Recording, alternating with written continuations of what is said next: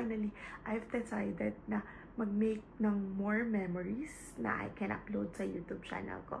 I just wanna cherish every moment of my life. So, ngayon guys, ay kakagising ko lang. Excuse my bagong gising face. Just colored. Tsaka sobrang dami kong pimple talaga.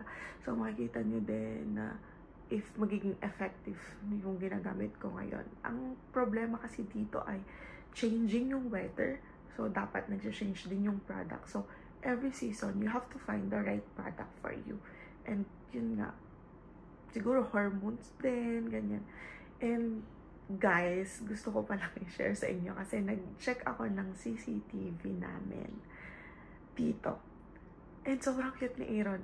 Before siya umalis ng bahay, lagi siyang nag-kiss goodbye, ganyan. Kahit antok na antok ako, talagang nag-kiss pa rin siya. So, I really appreciate it. And, check it.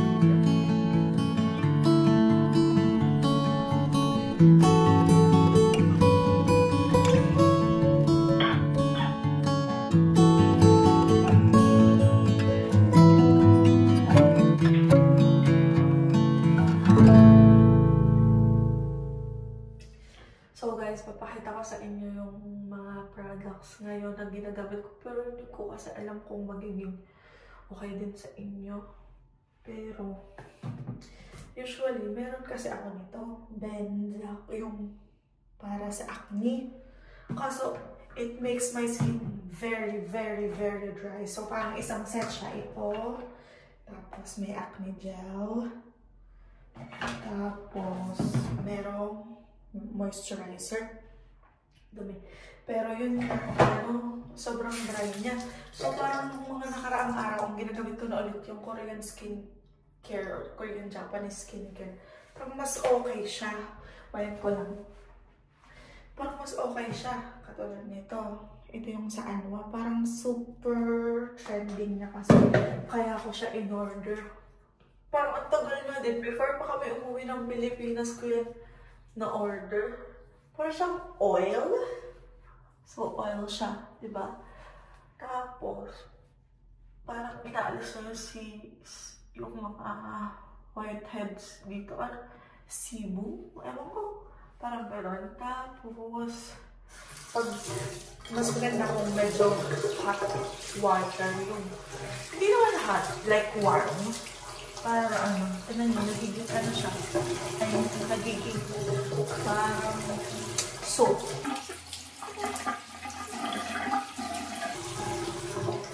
Hindi ko alam, parang wala naman akong karapatan mag-share ng aking skincare sa sobrang dami kong pimple. Pero mostly kasi dyan ay, tawag dito, marks na. Pero tinatry ko muna na mawalan ako ng active pimple before ako mag-proceed dun sa mga pang-erase ng marks. Tapos, ito yung toner namin. Sobrang tagal na itong toner na to. Nandun pa kami sa kabilang bahay. COSRX siya. Na Propolis toner. Synergy toner. Synergy? I don't know. Basta, yun. Kuha lang ako ng cotton patas. Ano ko siya? Ganito lang ako. Hindi ko iniis-is kasi nga sobrang masensitive nga po ang aking face sa mga products ba. Tignan nyo, kahit nag-ano na ako, meron pa din konti.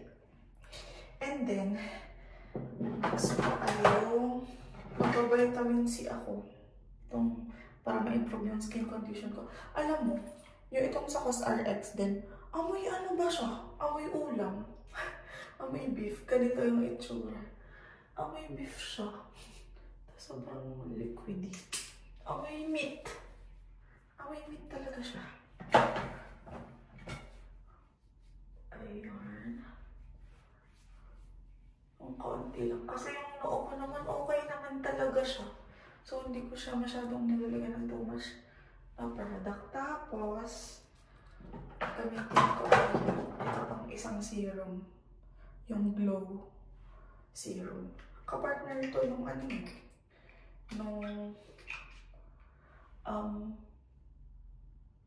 toner. Propolis din.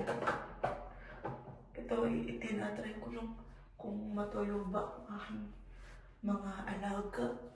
Di naman nagbabayad ng renta. Taong tagal na tagal dito. Tapos favorite ko to. Kasi sobrang ano ko nga, itong Advanced Nail 96 Musing Power Essence ng COSRX din. Sobrang favorite ko because dry nga. Sobrang dry. So, it makes my skin hydrated. Look at the difference. Diba? Sobrang hydrated. Yan. Ito, ginagamit ko yung retinol naman sa night. Pero yung nagamit ako ng dito. Ginagamit ko itong sa Benzac na moisturizer. Dahil sobrang dry po ni Otimo girl. Pag minsan itong Cetaphil yung ginagamit ko. Pero more on sa katawan ko na nagagamit ang Cetaphil kasi nga dry ako nga. So, yun lang guys. Ganito pa din naman ang itsura ko. Ito, damit ni Aaron na dati pa. Hey, pinatutulog ko. Sobrang comfy. So, yun lang. Guys, after ko mag-brush ng teeth, mag-skincare, nililigpit ko lang yung bed namin. Pag sinisipag ako or kung nandito lang naman ako sa bahay, I'll do that. Open ko din yung bintana para pumasok yung mga fresh air. So, yun nga, namiss ko kayo guys. Namiss ko magkwento. Namiss ko. So, sa mga hindi pa alam, nandito na po kami sa Melbourne, Australia. It's been like more than a year na. And, sobrang na busy, sobrang dami ng priorities, and also yun nga, nagkasakit nga din ako. I'll update you with my health condition maybe in the next vlog. Pero this time, alam mo yun, yung parang after 1.5 year, napakarami ng bagay na na-realize ko na there are things na kala ko hindi ko kaya pero nagawa ko. So, I'm really proud na yung 2024 namin is really productive. Though, sobrang dami bang nangyari, sobrang daming problema na dumating. Pero, awa naman ng Diyos nakakaya pa din sa tulong ng mga family, ni Lord. So, yun, I'm very, very thankful. So, pinapromise ko na talaga na as much as possible, I will vlog na. Because I want to treasure.